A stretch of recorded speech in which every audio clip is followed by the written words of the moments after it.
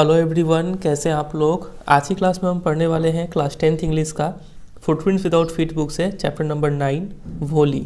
इसके राइटर है के ए अब्बास। चलिए स्टार्ट करते हैं। ये स्टोरी एक भोली नाम की लड़की के ऊपर होता है। देखते हैं क्या है। फ्रॉम हर वेरी चाइल्डहुड भोली वॉज नेग्लेक्टेड एट होम। तो बचपन से ही भोली को घर में नेग्लेक्ट किया जाता था। घर का कोई सदस्य ऐसा नहीं था जो उस पर ध्यान देता हो। Why did her teacher take special interest in her. लेकिन उसकी एक टीचर थी जो उस पर थोड़ा ध्यान देती है। तो क्यों ध्यान देती है वो देखेंगे स्टोरी में। Did Bholi measure up to her teacher's expectations. तो क्या भोली अपने टीचर की उम्मीदों पर खरी उतरती है या फिर नहीं, चलिए देखते हैं स्टोरी में। Her name was Sulekha but since her childhood every one had been calling her Bholi the simpleton. उसका ओरिजिनल नाम सुलेखा था लेकिन बचपन से ही हर कोई उसे भोली बोल के बुलाते थे। और भोली एक हिंदी वर्ड है, आपको मतलब पता ही होगा, मतलब भोला वाला, ठीक है। इंग्लिश में बोले तो इसको सिंपलटन कहते हैं। सिंपलटन होता है a foolish person easily tricked by others. ऐसा इंसान जिसको कोई भी इजीली बेवकूफ़ बना दे, ठीक है। तो ये कुछ इस टाइप की लड़की थी। देखते हैं ऐसा ऐसा क्यों था। She was the fourth daughter of नंबरदार रामलाल। वो रामलाल की चौथी बेटी थी। और रामलाल जो थे वो एक नंबरदार थे। नंबरदार होता है an official who collects revenue. पैसे, लोगों से पैसे कलेक्ट करके गवर्नमेंट को पे करते हैं। ये गवर्नमेंट जॉब होता है, ठीक है। तो रामलाल की वो चौथी बेटी थी। When she was 10 months old, she had fallen off the cot on her head and perhaps it had damaged some part of her brain. तो जब वो 10 महीने की थी तब वो अपने पालने से नीचे गिर गई और सिर के बल गिरी, इसलिए उसका ब्रेन का कुछ पार्ट डैमेज हो गया। That was why she remained a backward child. इसीलिए वो थोड़ी बैकवर्ड चाइल्ड थी। बैकवर्ड चाइल्ड मतलब उतनी इंटेलिजेंट नहीं थी वो, ठीक है। And came to be known as Bholi the simpleton. इसीलिए उसका नाम क्या पड़ गया, भोली पड़ गया। और इसका मतलब होता है सिंपलटन, ठीक है। तो इसका नाम भोली क्यों पड़ा, उसका रीज़न है ये ग्रीन से अंडरलाइन किया हुआ है। जैसे जैसे हम अंडरलाइन किए वैसे वैसे आप भी अंडरलाइन करते चले। ये सब आपका नोट्स का काम करेगा, ठीक है। चलिए आगे बढ़ते हैं। At birth the child was very fair and pretty. भोली जब पैदा हुई थी तो काफ़ी गोरी थी और काफ़ी सुंदर थी देखने में। But when she was 2 years old she had an attack of smallpox. लेकिन जब वो 2 साल की थी तभी उसे कौन सा बीमारी पकड़ लिया, स्मॉल पॉक्स। आपको पता होगा छोटी माता इसको बोलते हैं, ठीक है। Only the eyes were saved. सिर्फ आंख बच गया। But the entire body was permanently disfigured by deep black pock marks. लेकिन उसका सारा शरीर में परमानेंटली एक मार्क या फिर स्कार बन गया। और वो जो स्कार था वो डीप ब्लैक पॉक मार्क्स होता है ऐसा, ठीक है। इस बीमारी में छोटे छोटे धब्बे हो जाते हैं। तो उसके पूरे चेहरे पर, पूरे शरीर पर ऐसे ऐसे धब्बे बन चुके थे। Little Sulekha could not speak till she was 5। तो सुलेखा क्योंकि दिमाग से भी कमज़ोर थी और चेहरा भी उसका बिगड़ चुका था, तो दिमाग से कमज़ोर होने के कारण वो क्या थी, 5 साल तक अच्छे से बात नहीं कर पा रही थी वो। And when at last she learn to speak she stammered. और जब उसने फाइनली बोलना सीख भी लिया तो वो क्या करती थी, स्टैमर मतलब हकलाती थी। The other children often made fun of her and mimicked her. और बाकी दूसरे बच्चे उसका मजाक उड़ाते थे और उसकी नकल करते थे। As a result she talked very little. इसलिए वो काफ़ी कम बोला करती थी, क्योंकि ज़्यादा बोलेगी तो सब उसका नकल करेंगे और मजाक उड़ाएंगे, ठीक है। तो ये रहा भोली का कुछ डिसेबिलिटी जो येलो से हाईलाइट किया हुआ है। ब्रेन भी कमज़ोर था, डीप ब्लैक पॉक मार्क्स थे उसके पूरे बॉडी पे, और वो स्टैमरिंग भी करती थी। Ramlal had 7 children. रामलाल कौन है, आपको याद होगा, यहाँ पे जिक्र हुआ था, इनके पिता का नाम है, ठीक है। तो उनके टोटल 7 बच्चे थे, 3 बेटे थे और 3 बेटियाँ। And the youngest of them was Bholi. और भोली सबसे छोटी थी। It was a prosperous farmer's household and there was a plenty to eat and drink. और ये जो रामलाल थे ये काफ़ी एक मतलब संपन्न परिवार से बिलोंग करते थे और इनके घर में खाने पीने का कोई अभाव नहीं था, काफ़ी अच्छा सामान था। ऑल द चिल्ड्रेन एक्सेप्ट भोली वर हेल्दी एंड स्ट्रॉन्ग। सभी बच्चे भोली को छोड़ के हेल्दी थे, मजबूत थे। The sons had been sent to the city to study in schools and later in colleges. और जो बेटे थे उनको शहर भेजा गया स्टडी करने के लिए स्कूल्स में, और बाद में उन्हें कॉलेज में भी पढ़ाया गया। ऑफ द डॉटर्स, और जहाँ तक बेटियों का सवाल था तो राधा नाम की जो थी वो सबसे बड़ी लड़की थी, हैड ऑलरेडी बीन मैरिड, और उसका शादी हो चुका था। The second daughter Mangala marriage had also been settled. और दूसरी बेटी जो थी मंगला, उसका भी ब्याह फिक्स हो चुका था। And when that was done Ramlal would think of the third Champa. और एक बार मंगला का ब्याह हो जाए उसके बाद रामलाल किसके बारे में सोचेगा, तीसरी बेटी जिसका नाम था Champa. They were good looking healthy girls and it was not difficult to find bride grooms for them. काफ़ी सुंदर भी थे ये तीनों बेटियाँ, हेल्दी थी, स्वस्थ थी, इसीलिए उनके लिए ब्राइड ग्रूम मतलब दूल्हा ढूंढना उतना मुश्किल काम नहीं था, ठीक है। दूल्हे को ब्राइड ग्रूम बोलते हैं और दुल्हन को ब्राइड, ठीक है, याद रखिएगा इसको। But Ramlal was worried about भोली। लेकिन रामलाल को किसकी फिक्र थी, भोली की। भोली सबसे यंगेस्ट जो उसकी डॉटर थी वो। She had neither good looks nor intelligence. क्यों वॉरिड थे? क्योंकि ना ही उसके पास गुड लुक्स था। गुड लुक्स क्यों नहीं था? क्योंकि उसका शरीर पर क्या थे? डीप ब्लैक पॉक मार्क्स थे बिकॉज ऑफ स्मॉल पॉक्स। ठीक है, तो अच्छा लुक्स भी नहीं था और इंटेलिजेंस भी नहीं था। इंटेलिजेंस क्यों नहीं था? क्योंकि उसका some part of brain damage हो चुका था, क्योंकि जब वो 10 मंथ्स की ओल्ड थी तो वो अपने कॉट से नीचे गिर चुकी थी। ठीक है, तो काफ़ी चीज़ यहाँ पे था जो आपको याद करके रखना है। आगे बढ़ते हैं। ये देखिए, ये पिक्चर देखिए, काफ़ी अच्छा पिक्चर है और बहुत लोग इसे इमोशनल भी हो सकते हैं। देखिए यहाँ पे ये है रामलाल, ये उनकी वाइफ होंगी, ये उनकी कोई बेटी होंगी। राधा का तो शादी हो चुका है, तो ये क्या तो मंगला नहीं तो चंपा होगी। और यहाँ पे आप पिक्चर देख के समझ पा रहे हैं ये कौन है? हमारी भोली है। ठीक है, काफ़ी अच्छा ड्राइंग बना है ये। चलिए आगे देखते हैं। Bholi was 7 years old when Mangala was married. अब मंगला का शादी हो जाता है, तब भोली 7 साल की थी। The same year a primary school for girls was opened in her village. और उसी साल लड़कियों के लिए एक प्राइमरी स्कूल खोला गया। ठीक है, उनके गांव में। The tehsildar sahib came to perform its opening ceremony. तो तहसीलदार साहिब जो थे वो आए और वहाँ का उन्होंने उद्घाटन कर दिया। ही सेड टू रामलाल, और उन्होंने रामलाल को कहा कि as a revenue official you are the representative of the government in the village and so you must set an example to the villagers.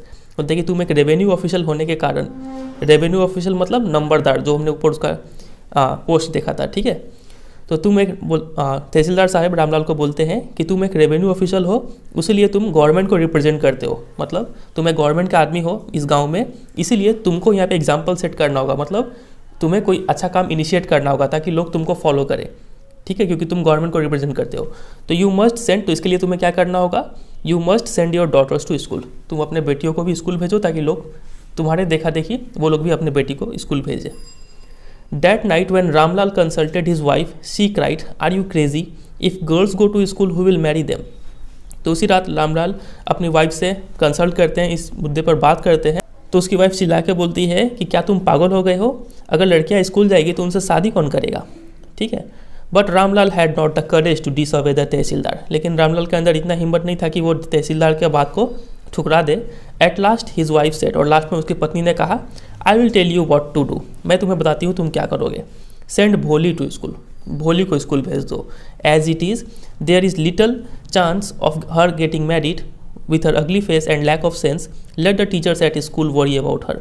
वो बोलती है कि चूँकि भोली का शादी होने का चांस बहुत कम है, क्योंकि वो काफ़ी अगली बदसूरत है और लैक ऑफ सेंस, दिमाग भी कमज़ोर है, इसलिए तुम इसे स्कूल भेज दो, इसका शादी तो होने से रहा, वहाँ के जो टीचर्स है वही इसे संभाले। ठीक है। The next day Ramlal caught Bholi by the hand and said, come with me, I will take you to school. तो अगले दिन रामलाल भोली को उसके हाथों से पकड़ लेते हैं और बोलते हैं कि चलो मेरे साथ, मैं तुम्हें स्कूल लेके चलता हूँ। भोली वॉज फ्राइटेंड, भोली इतने सुनकर डर गई।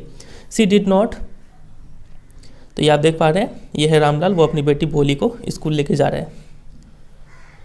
तो कहाँ तक देखा था हमने? हाँ, she did not know what a school was like. तो वो इतनी भोली थी कि उसे अभी तक ये पता नहीं था कि स्कूल क्या होता है। She remembered how a few days ago their old cow Lakshmi had been turned out of the house and sold. उसे सिर्फ एक ही बात याद आ रहा था कि कुछ दिन पहले उनकी जो एक पुरानी गाय थी जिसका नाम था लक्ष्मी, उसे कैसे घर से निकाला गया था और मार्केट में बेच दिया गया था। तो कहीं ना कहीं भोली के मन में भी यही विचार आ रहा है कि मुझे भी घर से निकाला जा रहा है और मुझे भी कहीं जाके कहीं बेच दिया जाएगा। ठीक है, इसलिए वो काफ़ी फ्राइटेंड, डर गई थी। No, no, no, no, no, no, no, no, she shouted in terror and pulled her hand away from her father's grip. तो वो बोलती नहीं, और काफ़ी चिल्ला के डर के मारे बोलती है नहीं नहीं, हम स्कूल नहीं जाएंगे, और अपने हाथों को अपने पिता के हाथों से छुड़ा लेती है। What's the matter with you, you fool? shouted Ramlal. तो रामलाल चिल्ला के बोलते कि अरे बेवकूफ़, क्या बात है तुम्हारे साथ? I am only taking you to school। बोलते कि मैं तुम्हें स्कूल ही तो लेके जा रहा हूँ। Then he told his wife, फिर वो अपनी पत्नी को बोलते हैं, let her wear some decent clothes today or else what will the teachers and the other school girls think of us when they see her। देखिए आज इसे कुछ ठीक ठाक से कपड़े पहना दो, नहीं तो स्कूल के टीचर्स या फिर जो बाकी लड़कियां हैं वो क्या सोचेंगी हमारे बारे में कि हम इसे कैसे रखते हैं घर में। New clothes had never been made for Bholi. तो भोली के लिए कभी भी नए कपड़े नहीं बनाए जाते थे। The old dresses of her sisters were passed on to her. उसके बहनों के जो पुराने कपड़े होते थे वही कपड़े उसे दे दिए जाते थे पहनने के लिए। No one care to mend or wash her clothes. किसी को परवाह नहीं था कि उसके कपड़े को थोड़ा सिलाई करके रिपेयर कर दिया जाए या फिर उसको वॉश धो दिया जाए। But today she was lucky to receive a clean dress. लेकिन आज वो इतनी लकी थी कि उसे एक साफ़ सुथरा कपड़ा पहनने को मिल गया। Which had shrunk after many washings, जो वो कपड़ा काफ़ी सिकुड़ चुका था इतना सारा धोने का बाद, एंड नो लॉन्गर फिटेड चंपा, और जो कपड़ा उसे दिया गया था वो चंपा का था। अब वो कपड़ा चूंकि चंपा को फिट नहीं हो रहा था, इसलिए वो कपड़ा किसको दे दिया गया, वोली को। लेकिन अच्छाई का बात यही है कि यहाँ पे वो क्लीन ड्रेस था। She was even bathed and oil was rubbed in to her dry and matted hair, उसे यहाँ तक कि नहलाया भी गया और उसके जो सूखे और उलझे हुए बाल थे, मैटेड मतलब इंटेंगल्ड, ठीक है, उलझे हुए बाल, उसमें तेल लगाया गया। ठीक है, तो देखिए क्या हालत था भोली का। पहले उसे नहाया तक नहीं जाता था और तेल का तो भूल ही जाइए, तो आज उसे नहाया भी गया, तेल भी लगाया गया। Only then did she begin to believe that she was being taken to a place better than her home, तभी उसे विश्वास हुआ कि आज उसे कुछ ऐसे जगह ले जाया जा रहा है जहाँ पे उसे घर से अच्छा ट्रीटमेंट मिलेगा। ठीक है, क्योंकि उसके साथ इतना अच्छा चीज़ किया जा रहा है। तो ये दो लाइन बहुत इंपॉर्टेंट है, भोली का साथ क्या क्या चेंजेस हुआ उस दिन। आगे बढ़ते हैं। When they reached the school, the children were already in their classrooms. तो जब वे लोग स्कूल पहुँचे, दे कौन है यहाँ पे, रामलाल और भोली। ठीक है, जब वे लोग स्कूल पहुँचे तो बच्चे लोग पहले से ही अपने क्लासरूम्स में बैठे हुए थे। Ramlal handed over his daughter to the headmistress, तो रामलाल ने अपनी डॉटर को मतलब भोली को हेड मिस्ट्रेस के हाथों में दे दिया। Left alone the poor girl looked about her with fear laden eyes, अब चूंकि भोली वहाँ पे अकेली थी तो वो लड़की बेचारी सी क्या कर रही थी, काफ़ी डरे हुए आंखों से अपने आसपास का नज़ारा को देखी। देयर वर सेवरल रूम्स, और क्या देखी, वो देखी कि वहाँ पे कई सारे रूम्स है, मतलब क्लासरूम्स है। And in each room girls like her squatted on mats, और हर एक रूम में उसकी जैसे ही लड़कियाँ, उसकी उम्र की लड़कियाँ जो थी चटाई पे बैठी हुई थी। ठीक है, स्क्वाटेड मतलब ऐसे पालथी मार के बैठी हुई थी। रीडिंग फ्रॉम बुक्स और राइटिंग ऑन स्लेट्स, कुछ बच्चे पढ़ रहे थे बुक से और कुछ बच्चे स्लेट में लिख रहे थे। स्लेट क्या होता है पता ही होगा आपको, आप ये इमेज में भी देख पा रहे हैं और हो सकता है आपने अपने बचपन में यूज़ किया हो इसे। The headmistress asked Bholi to sit down in a corner in one of the classrooms, तो हेड मिस्ट्रेस भोली को एक क्लासरूम में ले जाती है और वहाँ के किसी कोने में बोलती है जाकर बैठ जाओ वहाँ पे। Voli did not know what exactly a school was like and what happened there, but she was glad to find so many girls almost of her own age present there. भोली को ये पता नहीं था कि स्कूल क्या होता है और स्कूल में क्या किया जाता है। ठीक है, लेकिन उसे इस बात का खुशी था कि वहाँ पे उसे कई सारी लड़कियाँ मिली जो लगभग उसी के एज की थी। She hope that one of this girls might become her friend, और उसके मन में एक उम्मीद था कि इनमें से कोई एक लड़की भी तो कम से कम उसका एक दोस्त बन जाएगी। ठीक है, इस बात का उसे खुशी था। The lady teacher who was in the class was saying something to the girls but Bholi could understand nothing, तो उस क्लासरूम में एक लेडी टीचर थी, वो क्लासरूम में कुछ कह रही थी, मतलब कुछ पढ़ा रही थी, लेकिन भोली को कुछ समझ में नहीं आ रहा था। She looked at the pictures on the walls, तो वो क्लासरूम के जो वॉल्स पे कुछ पिक्चर्स लगे हुए थे वो उसे देखती है। द कलर्स फैसिनेटेड हर, और वो काफ़ी प्रभावित होती है उन पिक्चर से और कलर से। किन किन चीज़ का पिक्चर लगा था देखिए, सबसे पहला पिक्चर था हॉर्स का। The horse was brown just like the horse on which the tehsildar had come to visit their village, वो हॉर्स एक ब्राउन कलर का हॉर्स था, ठीक उसी टाइप का हॉर्स था जिस पे वो तहसीलदार साहिब बैठ के आए हुए थे विलेज में। क्या करने आए हुए थे, इस प्राइमरी स्कूल का उद्घाटन मतलब ओपनिंग सेरेमनी में आए हुए थे। The goat was black like the goat of their neighbour, फिर वो एक बकरी को देखती है, वो ब्लैक कलर की थी, ठीक उसके पड़ोसी में जो गोट थी उसी के तरह। The parrot was green like the parrot she had seen in the mango orchard, तो फिर वो तोते को देखती है, वो तोता ठीक उतना ही ग्रीन होता है जितना कि उसके जो आम के बगीचे में जो तोता था उतना ही। ठीक है, and the cow was just like their Lakshmi, और जो गाय थी वो ठीक उनकी गाय लक्ष्मी की तरह थी। एंड सडनली वोली notice that the teacher was standing by her side smiling at her, फिर अचानक से वोली को रियलाइज़ होता है, नोटिस करती है जो लेडी टीचर थी वो ठीक उसके बगल में आके खड़ी है और उसके मुस्कुरा रही है। ठीक है, what's your name little one, lady teacher बोलती है भोली को कि तुम्हारा नाम क्या है, तो वो इतना बोल के she could stammer no further than that, इसके बाद वो और नहीं हकला पाई। ठीक है, then she began to cry and tears flow from eyes in a helpless flood, फिर इतने पे वो रोना स्टार्ट कर देती है और उसके आंखों से आंसू ऐसे निकलते हैं मान लो आंसू का बाढ़ आ गया हो। She kept her head down as she sat in her corner, फिर वो अपना सिर झुकाकर उस कोने में बैठी रहती है। Not daring to look up at the girls who she knew were still laughing at her, और उसमें वो सिर झुका के बैठी रहती है, उसमें इतना हिम्मत नहीं होता है कि वो सिर उठाकर दूसरी लड़कियों को देखे जो कि उसके पता है कि वो सब लड़कियां उस पर क्या कर रही है, हंस रही है। When the school bell rang all the teachers scurried out of the classroom, scurried out का मतलब होता है टू रन क्विकली, तो जैसे ही स्कूल का घंटी बजता है सभी लड़कियां क्लासरूम से दौड़ के बाहर निकलती है। But Bholi dare not leave her corner, लेकिन वोली का हिम्मत नहीं हो पा रहा था कि वो अपने उस कोने को छोड़ के उठे और निकले। हर हेड वॉज स्टिल लोवर्ड, अभी भी वो सिर झुका के बैठी हुई थी। सी केप्ट ऑन सॉबिंग, और धीरे धीरे रोए जा रही थी। Bholi, the teacher voice was so soft and soothing, in all her life she had never been called like that, it touched her heart. तो टीचर, लेडी टीचर उसे बोलती है भोली है तुम्हारा नाम, और टीचर का आवाज़ इतना सॉफ्ट था और इतना सूदिंग था। भोली को ये रियलाइज़ हुआ कि उसने अपने पूरे लाइफ में इस तरीके से किसी को बुलाते हुए नहीं सुना। ये उसके दिल को छू लिया।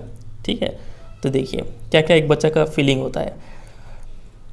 Get up said the teacher, it was not a command just a friendly suggestion. भोली गॉट अप।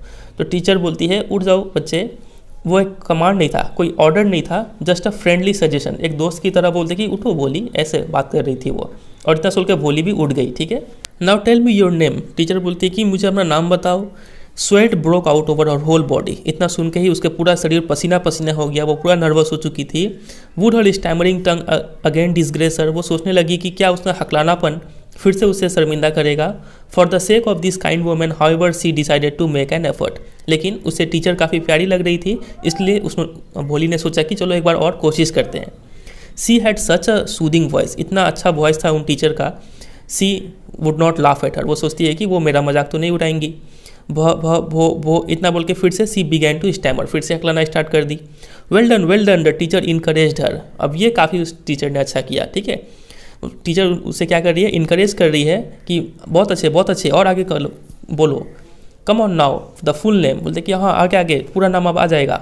भो तक पहुँच चुकी है वो, तो भोली, लास्ट में वो बोली देती है। ठीक है, Bholi. At last she was able to say it and felt relieved as if it was a great achievement. Last में उन्होंने जब भोली ने अपना पूरा नाम बोल दिया तो काफ़ी उसे रिलीफ फील हुआ, मानो कि जैसे उसने बहुत बड़ा चीज़ हासिल कर लिया हो। Well done the teacher पैटेड her affectionately, तो टीचर उसका तारीफ करती है कि बहुत अच्छा, फिर उसके पीठ को थपथपाती है। एंड सेड, और बोलती है, put the fear out of your heart and you will be able to speak like everyone else. वो उसे काफ़ी अच्छा सजेशन देती है और बोलती है कि अपने दिल से डर को हटा दो, और फिर तुम ठीक बाकी लोगों की तरह भी तुम भी बात कर पाओगी। ठीक है, तो ऐसा होता है। हाँ, छोटे बच्चों में कभी ना कभी एक छोटा सा डर आ जाता है, और उस डर का वजह से वो लोग पूरा लाइफ उसको फेस करते रहते हैं। लेकिन अगर वही डर कोई इंसान हटा दे तो वो बच्चा पूरी नॉर्मल हो सकता है। समझ रहे बात का गहराई? तो भोली के साथ भी कुछ ऐसा ही हो रहा है। क्योंकि उसके कुछ बच्चे मजाक उड़ा देते थे, उसका कॉन्फिडेंस डाउन हो जाता था, इसलिए वो अच्छे से बात नहीं कर पाती थी।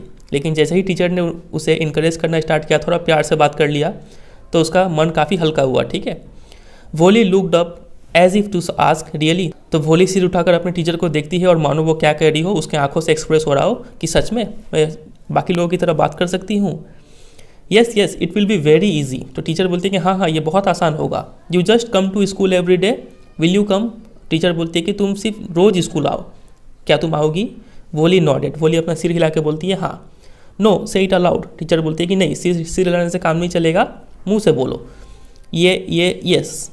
तो and Bholi herself was astonished that she had been able to say it, और यस जैसे ही भोली ने कहा तो भोली खुद में चौंक गई कि वो उसने एक शब्द बोल दिया है, और इस बार उसने कम हकलाया। Didn't I tell you, now take this book. तो टीचर ने कहा मैंने कहा था ना तुम बोल पाओगी, अब तुम ये बुक लो। ठीक है, तो टीचर उसको एक बुक देती है। The book was full of nice pictures and the pictures were in colour, dog, cat, goat, horse, parrot, tiger and a cow just like Lakshmi. तो उस बुक में कई सारे पिक्चर्स थे और पिक्चर्स काफ़ी कलरफुल थे। इन सब चीज़ों का पिक्चर्स बना हुआ था और उसमें एक काऊ भी थी, ठीक लक्ष्मी की तरह।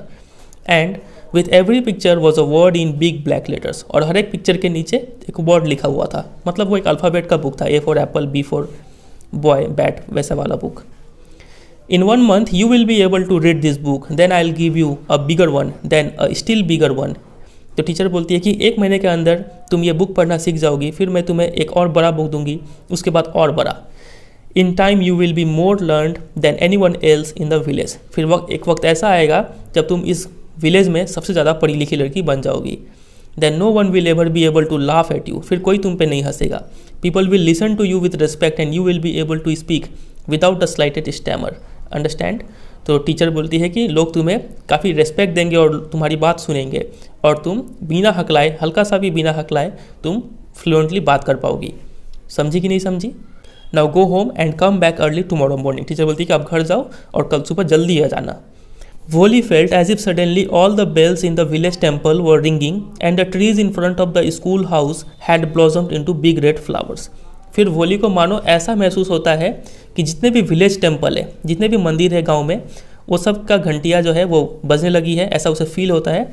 और जो स्कूल हाउस के आगे जो ट्रीज़ थी वो ट्री मानो खिल के क्या बन चुकी हो, बिग रेड फ्लावर्स बन चुकी हो। मतलब उसे काफ़ी अच्छा फीलिंग होता है। तो फर्स्ट डे का एक्सपीरियंस अगर बात किया जाए वोली का, तो इनिशियली स्टार्टिंग में तो वो काफ़ी डरी हुई थी, फिर स्टैमरिंग भी करती है, लेकिन बिकॉज ऑफ लेडी टीचर वो काफ़ी इंकरेज होती है, मोटिवेटेड फील करती है, उसका जो सेल्फ कॉन्फिडेंस है वो गेन होता है। इस वजह से वो लास्ट में जब छुट्टी का टाइम होता है तो उसे काफ़ी अच्छा फील होता है। ठीक है, तो पहला डे का एक्सपीरियंस ले दे के बोला जाए, ओवरऑल एक्सपीरियंस काफ़ी अच्छा रहा वोली के लिए। Her heart was throbbing with a new hope and a new life. उसका दिल मानो धड़क रहा हो एक नई उम्मीद के साथ और एक नया लाइफ के साथ, मानो उस दिन उसे नया लाइफ मिल गया हो। ठीक है, काफ़ी अच्छा लाइन है ये, इंपॉर्टेंट लाइन, इसको भी अंडरलाइन कीजिएगा। चलिए आगे बढ़ते हैं। तो ऐसे करते करते 10 द ईयर्स पास्ट, कई साल गुजर जाते हैं। The village became a small town, वो विलेज अब टाउन में कन्वर्ट हो चुका था। The little primary school became a high school, और जो प्राइमरी स्कूल था जिसमें भोली पढ़ने जाती थी वो अब एक हाई स्कूल बन चुका था, मतलब 10 तक हो गया होगा वो school. There were now a cinema under a tin shed and a cotton ginning mill, वहाँ पे एक सिनेमा भी बन चुका था अंडर अ टीन शेड। ठीक है, ऐसा होता है छोटे छोटे गाँव में कि ऐसा घर जैसा स्ट्रक्चर होता है और उसके अंदर एक टीवी लगा होता है, लोग उसी में आके मूवी देखते हैं, तो उसे ही सिनेमा कहा गया है। And a cotton ginning mill, ginning क्या होता है, separating raw cotton from its seed, बीज से कॉटन को निकालने का प्रोसेस को गिनिंग मिलते हैं, तो उसका एक मिल भी लग चुका था उस स्मॉल टाउन में। The mail train began to stop at their railway station, वहाँ पे एक रेलवे स्टेशन था, वहाँ पे जो मेल ट्रेन थी जो चिट्ठियाँ लेके जाती थी वो भी वहाँ पे रुकने लगी। ठीक है, तो काफ़ी डेवलप हुआ वक्त के साथ साथ। वन नाइट आफ्टर डिनर, तो एक रात क्या होता है, खाना खाने का बाद Ramlal said to his wife, Ramlal अपनी पत्नी को बोलता है, then shall I accept Bishambar's proposal, तो क्या मैं बिशंबर का प्रपोजल एक्सेप्ट कर लूँ। अब आप सोच रहे होंगे ये बिशंबर कौन है, तो देखिए यहाँ पे जो है, यहाँ पे कई सारे साल गुजर चुके हैं। तो राधा का शादी तो पहले हो चुका था, फिर सेकंड में कौन था, मंगला, मंगला का शादी फिक्स हो चुका था तो उसका शादी भी हो गया। उसके बाद चंपा थी, चंपा का भी शादी हो गया। अब किसका शादी का बात चल रहा है, भोली का शादी का बात चल रहा है। ठीक है, तो भोली का जो होने वाला जो ब्राइड ग्रूम है, प्रोस्पेक्टिव ब्राइड ग्रूम, वो कौन है, बिशंबर नाथ है। यहाँ पे सिर्फ बिशंबर लिखा हुआ है, आगे हमें स्टोरी में पता चलेगा फुल नाम क्या है, बिशंबर नाथ। तो भोली के लिए रिश्ता आया हुआ है बिशंबर नाथ से। तो जो रामलाल है वो अपनी पत्नी से बोलते हैं कि क्या मैं बिशंबर्स का प्रपोजल एक्सेप्ट कर लूँ, तो उसकी पत्नी बोलती है यस सर्टेनली, बोले कि हाँ ठीक है बिल्कुल एक्सेप्ट करो। Bholi will be lucky to get such a well to do bridegroom, Bholi काफ़ी लकी होगी कि उसे इतना अच्छा दूल्हा मिल रहा है। अब बिग शॉप क्यों अच्छा है उसकी माँ की नज़र में, क्योंकि उसका एक काफ़ी बड़ा सा दुकान है, a house of his own, अपना घर है, and I hear several thousand in the bank, और मुझे तो सुनने को मिला है उसके बैंक अकाउंट में भी कई हज़ार रुपए रखे हुए हैं, इसलिए वो अच्छा दूल्हा है। More over he is not asking for any dowry, और ये तो सबसे इंपॉर्टेंट बात है कि वो हमसे दहेज नहीं ले रहा है, इसलिए ये बिशंबर भोली के लिए परफेक्ट मैच है। ठीक है, that's right, but he is not so young, you know, almost the same age as I am, and he also limps. अब ये देखिए, ये सुन के आपका मन उदास हो जाएगा।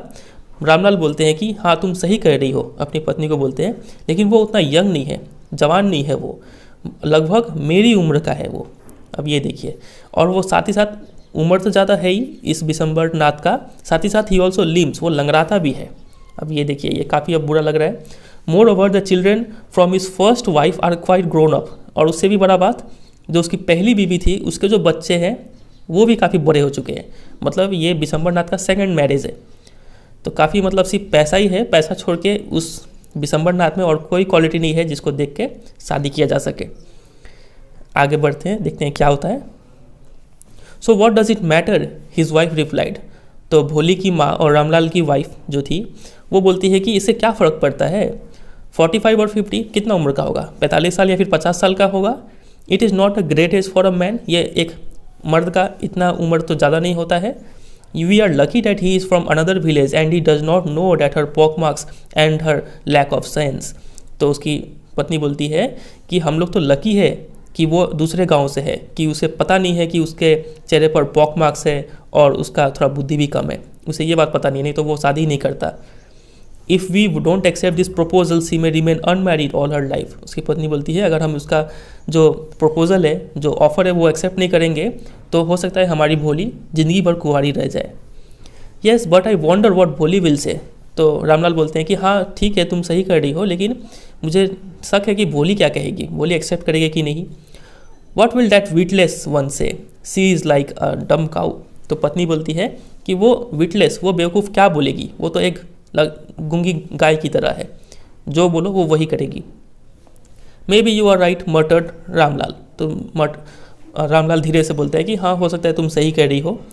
इन the other corner of the courtyard Bholi lay awake on her cot listening to her parents whispered conversation. तो उनके आंगन में के कोने में भोली अभी भी जगी हुई थी अपने खटिया पे, और वो सुन रही थी उसके पेरेंट्स के बातचीत को। ठीक है। Bishambar Nath was a well to do grocer. तो बिशंबर नाथ एक काफ़ी मतलब संपन्न परिवार से था, एक अच्छा पंसारी था। He came with a big party of friends and relations with him for the wedding. तो शादी का दिन आ जाता है, शादी फिक्स हो जाता है, और शादी वाले दिन वो काफ़ी एक बैंड बाजे के साथ अपने दोस्तों और रिश्तेदारों के साथ आता है शादी करने के लिए। A brass band playing a popular tune from an Indian film headed the procession. तो उस बारात में क्या था, एक ब्रास बैंड, लोग एक आप इस पिक्चर में देख पा रहे हैं, इसको ब्रास बैंड बोलते हैं। ठीक है। ये बजाते हुए लोग जा रहे थे, और आपको पता होगा कि जैसे शादियों में जो है इंडियन फिल्म का कोई गाना यहाँ पे बजता है। ठीक है। खासकर नागिन नागिन वाला गाना, वो बजते हुए सब जा रहे थे। With the bride groom riding a decorated horse. और जो दूल्हा था वो एक सजा धजा घोड़े पर बैठा हुआ था। Ramlal was overjoyed to see such a pomp and splendour. He had never dreamed that his fourth daughter would have such a grand wedding.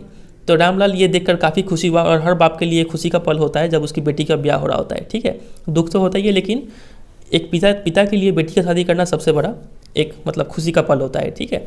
तो यहाँ पे वही फीलिंग रामलाल के साथ हो रहा था, वो भी काफ़ी खुश हुए इतना सजावट देखकर। ठीक है।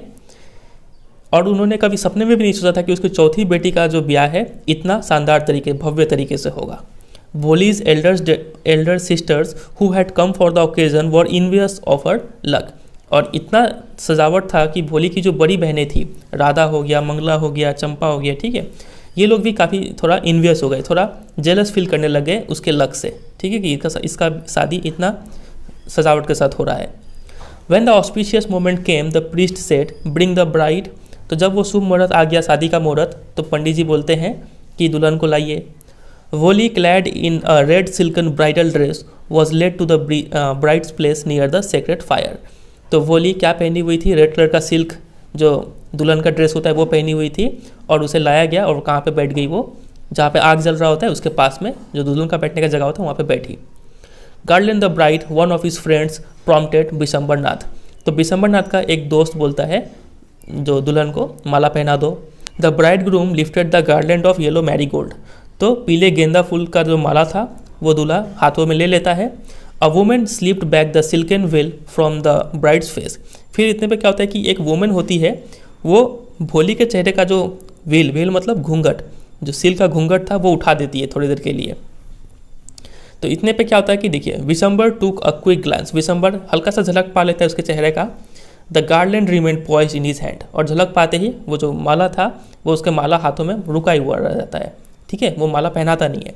पॉइज्ड का मतलब होता है नॉट मूविंग। तो वो विशंबर नाथ उस माले को अपने हाथों में पकड़े हुए था, पहना नहीं रहा था।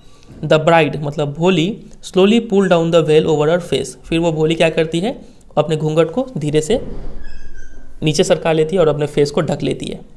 Have you seen her said Vishambar to a friend next to him. तो विशंबर का जो दोस्त था, विशंबर उससे बोलता है कि क्या तुमने उसे देखा। She has pock marks on her face. उसके चेहरे पर तो काले काले धब्बे हैं। So what you are not young either. तो उसका दोस्त बोलता है कि उसे क्या हुआ, तुम भी तो जवान नहीं हो। तो ये अच्छा रिप्लाई दिया उसने। Maybe but if I am to marry her father must give me 5000 rupees. तो विशंबर नाथ बोलता है कि हाँ हो सकता है मैं बूढ़ा हूँ, लेकिन मैं अगर मैं इससे शादी करूँगा तो उसे पिताजी को मुझे 5000 रुपये देने होंगे। तो हमने स्टार्टिंग में देखा था कि वो दहेज नहीं ले रहा था, लेकिन अब वो डावरी का डिमांड कर रहा है यहाँ पे। Ramlal went and placed his turban his honour at Bishambar's feet. तो जैसा कि मूवी में होता है, तो रामलाल अपने पगड़ी को उतारता है सिर पर से, मतलब पगड़ी एक सिंबल माना जाता है अपने इज्जत का। ठीक है। तो रामलाल यहाँ पे अपना टर्बन उतारता है, अपना ऑनर को उतारता है और बिशंबर्स के पैरों पर रख देता है। Do not humiliate me so take 2000 rupees. और वो बोलता है कि मुझे और शर्मिंदा मत कीजिए, आप प्लीज़ 2000 रुपये ले लीजिए और मेरी बेटी से शादी कर लीजिए। No 5000 or we go back keep your daughter. तो बिशंबर नाथ बोलता है कि नहीं 5000 दो, नहीं तो हम वापस जा रहे हैं, अपनी बेटी को अपने पास रखो। Be a little considerate please, if you go back I can never show my face in the village. तो रामलाल बोलते हैं कि आप प्लीज़ हमारे भावनाओं को समझिए, ठीक है, अगर आप यहाँ से चले जाएंगे तो मैं अपना चेहरा अपने गाँव में दिखा नहीं पाऊंगा और फिर मेरी बेटी का ब्याह किसी से नहीं होगा। Then out with 5000। तो फिर विशंबरा बोलता है कि ठीक है, तुम्हें अगर ब्याह करना ही है तो लेके आओ 5000 रुपये।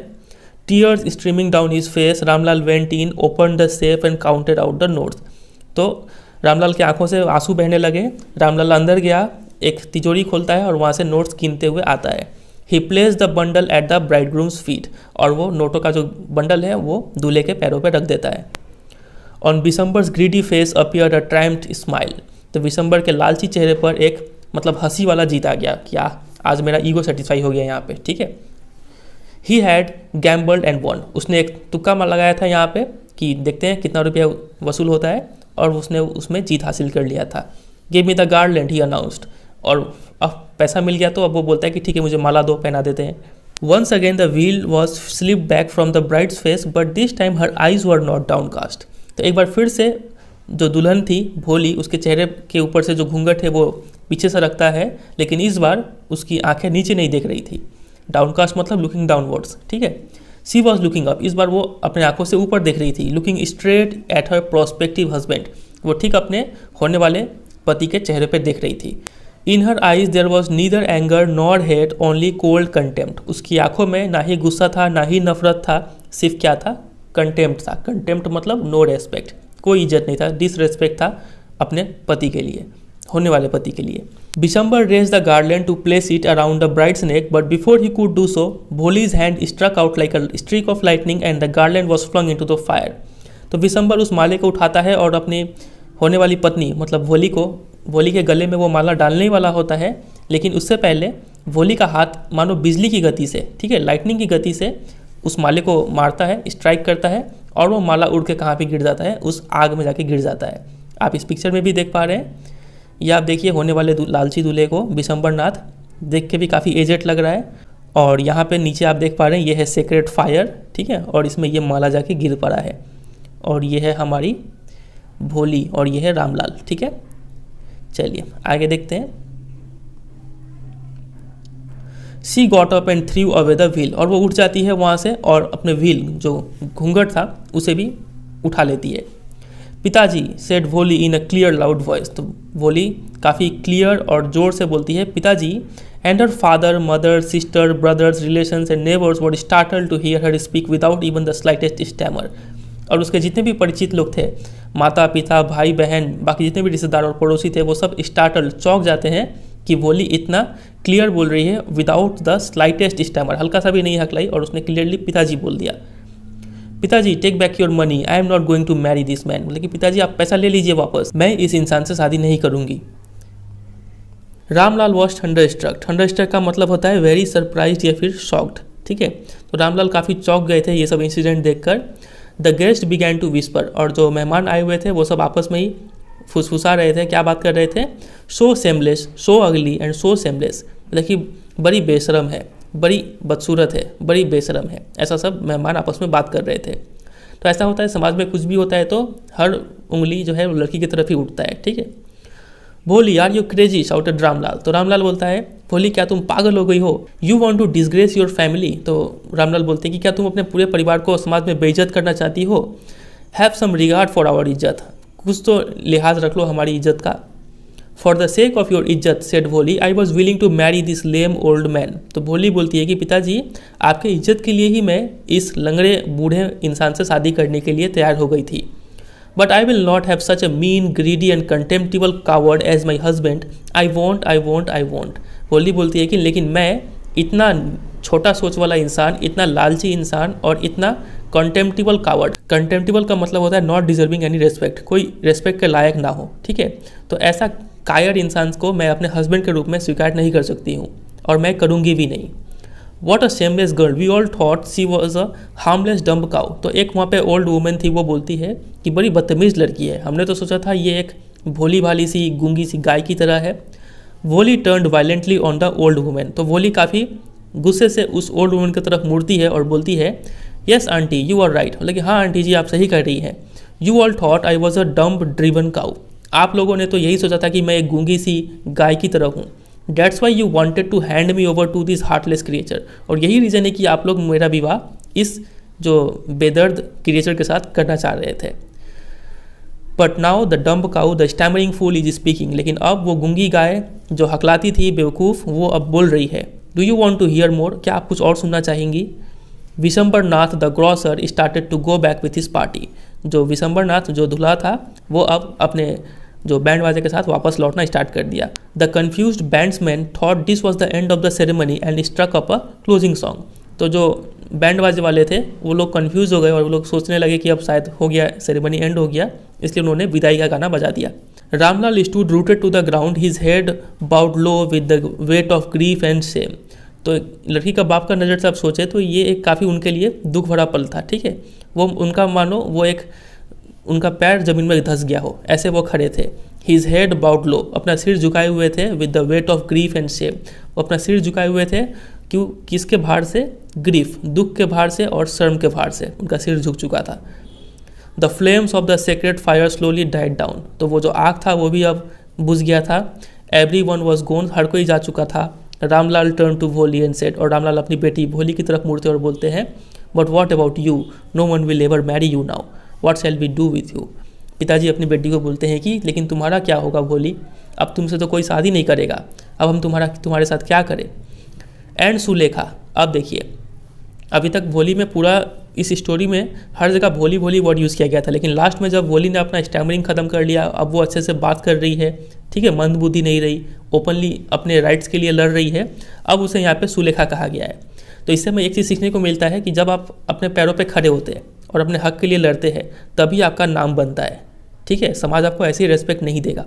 तो देखिए यहाँ पे सुलेखा लिखा गया है, लिखा है कि Sulekha said in a voice that was calm and steady, Sulekha काफ़ी आराम से और अच्छे तरीके से अब बोलती है, क्या बोलती है? डोंट यू वरी पिताजी, लेकिन पिताजी आप टेंशन मत लीजिए, in your old age I will serve you, आपके बुढ़ापे के दिनों में मैं आपकी सेवा करूँगी। एंड मदर, और मम्मी की भी सेवा करूँगी। And I will teach in the same school where I learn so much, और मैं उसी स्कूल में पढ़ाऊँगी जहाँ पे मैंने इतना चीज़ सीखा है। इजंट दैट राइट मैम, फिर वहाँ पे उसकी मैम भी थी, वो लेडी टीचर, और उनसे बोलते कि मैं सही कह रही हूँ ना ma'am. The teacher had all along stood in a corner watching the drama, और इतनी देर से जो लेडी टीचर थी वो एक कॉर्नर में खड़ी थी और इस पूरे ड्रामे को देख रही थी। टीचर बोलती है येस भोली ऑफ कोर्स, सी रिप्लाइड, बोलते कि हाँ बिल्कुल तुम ऐसा कर सकती हो। And in her smiling eyes was the light of a deep satisfaction that an artist feels when contemplating the completion of her masterpiece, और इतना बोलते ही टीचर के स्माइलिंग आइज़ में ऐसा डीप सेटिस्फैक्शन देखने को मिला, ठीक उसी तरीके से जैसा कि एक आर्टिस्ट फील करता है जब वो एक मानो बहुत ही अच्छा मास्टरपीस बनाया हो, और बना के जब वो सोचता है कि मैंने अच्छा बनाया कि नहीं बनाया, तो जो सेटिस्फैक्शन उस आर्टिस्ट को फील होता है ना, कंटेम्पलेट का मतलब होता है टू थिंक, ठीक है। तो जब आर्टिस्ट सोचता है कि मैंने अपना जो मास्टरपीस है वो कैसा बनाया है, और जब वो अच्छा बन जाता है तब जो आर्टिस्ट के आंखों में जो सेटिस्फैक्शन आता है, वैसा ही सेटिस्फैक्शन इस लेडी टीचर के आंखों में दिख रहा था। इन्हें ये फील हो रहा था कि मैंने जो स्टूडेंट को तैयार किया था जिस उद्देश्य से, वो स्टूडेंट तैयार हो चुका है आज, और वो स्टूडेंट भोली से क्या बन चुकी है, सुलेखा बन चुकी है, ठीक है। तो इसी के साथ ये स्टोरी एंड होता है। मुझे तो पर्सनली ये स्टोरी काफ़ी अच्छा लगा, तो उम्मीद करते हैं आपको भी ये स्टोरी अच्छा लगा होगा। वीडियो अच्छा लगा तो वीडियो को जरूर एक लाइक कीजिएगा, कमेंट करके जरूर बताइएगा आपको ये वीडियो कैसा लगा, ठीक है। और वीडियो को दोस्तों के साथ शेयर कीजिए, चैनल पर नए हो तो चैनल को सब्सक्राइब भी कर लीजिए, ठीक है। चलिए फिर एंड करते हैं, मिलते हैं बहुत जल्द किसी और चैप्टर के साथ, तब तक के लिए goodbye and take care.